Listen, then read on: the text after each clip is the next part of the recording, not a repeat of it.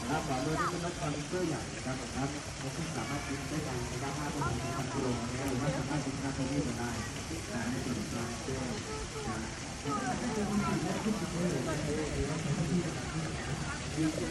ะ